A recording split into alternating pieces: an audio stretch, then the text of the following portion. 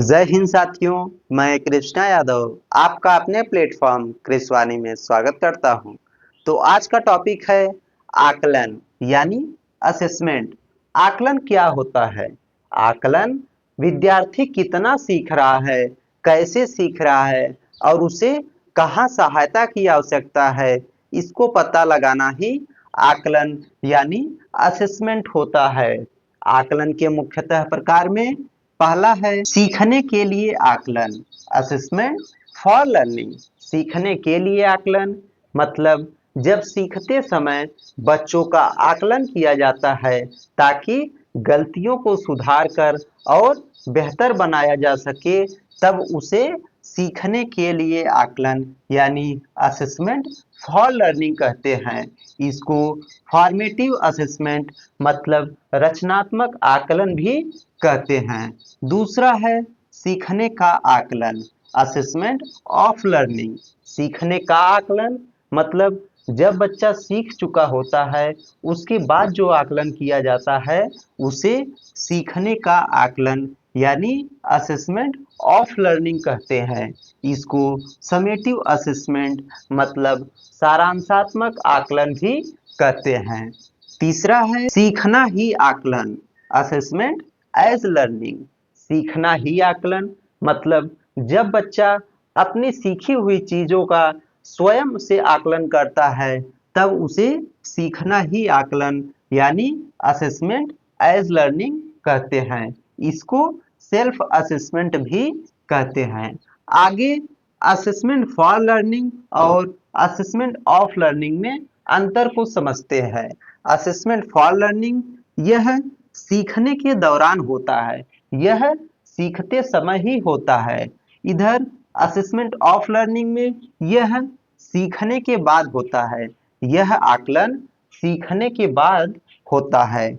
आगे assessment for learning में यह सुधार के लिए होता है, यह आकलन सीखते समय जो गलती हो रही है उसको सुधार के लिए होता है। और असेसमेंट ऑफ लर्निंग में यह परिणाम जानने के लिए होता है, यह सीखने के बाद कितना परिणाम आ रहा है उसको जानने के लिए होता है। असेसमेंट फॉर लर्निंग इसमें फीडबैक मिलता है और इसमें रिजल्ट मिलता है। असेसमेंट फॉर लर्निंग इसको फॉर्मेटिव असेसमेंट मतलब रचनात्मक आकलन भी कहते हैं। असेसमेंट ऑफ लर्निंग को समेटिव असेसमेंट यानी सारांशात्मक आकलन भी कहते हैं। आगे स्कूल बेस्ड असेसमेंट मतलब एसबीए को समझते हैं। स्कूल बेस्ड असेसमेंट मतलब विद्यालय द्वारा किया जाने वाला आकलन। विद्यालय द्वारा जो आकलन किया जाता है उसी को स्कूल बेस्ड असेसमेंट मतलब एसबीए कहते हैं। स्कूल बेस्ड असेसमेंट में क्लास परफॉर्मेंस मतलब बच्चों का क्लास में परफॉर्मेंस कैसा है उसका आकलन किया जाता है। होमवर्क होमवर्क बच्चा कर रहा है कि नहीं कर रहा है। एक्टिविटी बच्चों की एक्टिविटी कैसी है।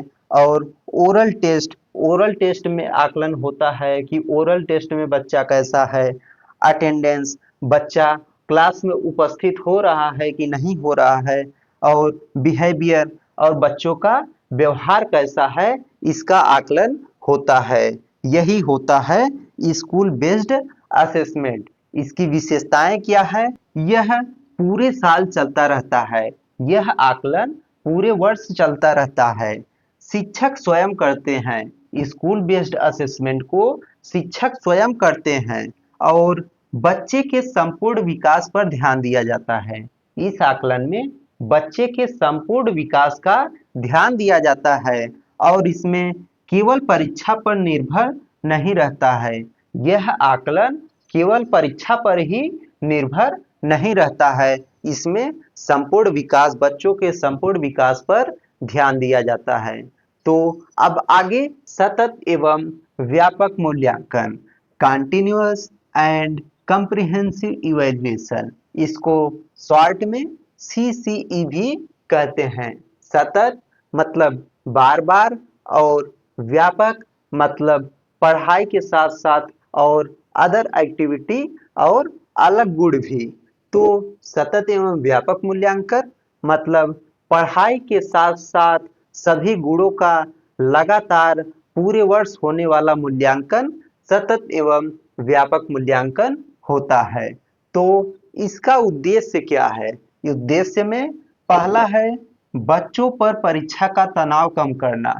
इसका उद्देश्य बच्चों पर परीक्षा का तनाव कम करना है।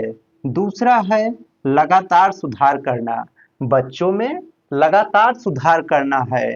और तीसरा है संपूर्ण विकास करना, बच्चों का संपूर्ण विकास करना है। और चौथा है केवल रटने पर ध्यान ना देना। इसका उद्देश्य रटने पर ध्यान नहीं देना है, समझने पर है।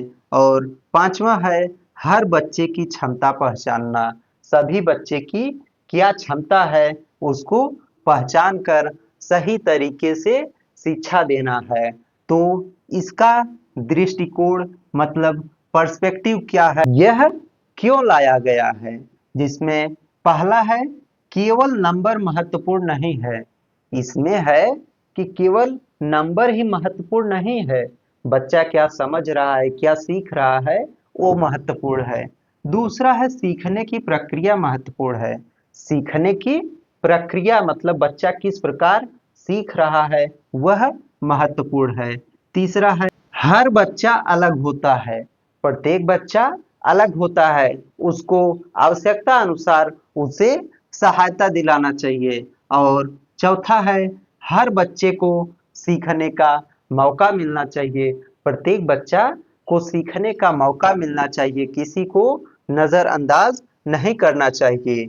आगे है प्रैक्टिस मतलब व्यवहार में कैसे लागू करेंगे, शिक्षक क्या करेंगे? उसमें पहला है रोज प्रश्न पूछेंगे, शिक्षक रोज प्रश्न पूछेंगे। दूसरा है गतिविधियां कराएंगे, गतिविधियां मतलब एक्टिविटी कराएंगे। तीसरा है मौखिक परीक्षा लेंगे, शिक्षक मौखिक परीक्षा लेंगे। और चौथा है समय समय पर फीडबैक देंगे, बच्चों को समय समय पर फीडबैक देंगे कि बच्चा कहाँ गलती कर रहा है और उसमें क्या सुधार लाना चाहिए। और पांचवा है गलती सुधारने का मौका देंगे, बच्चों को गलती हो जाने पर गलती सुधारने का मौका भी देंगे।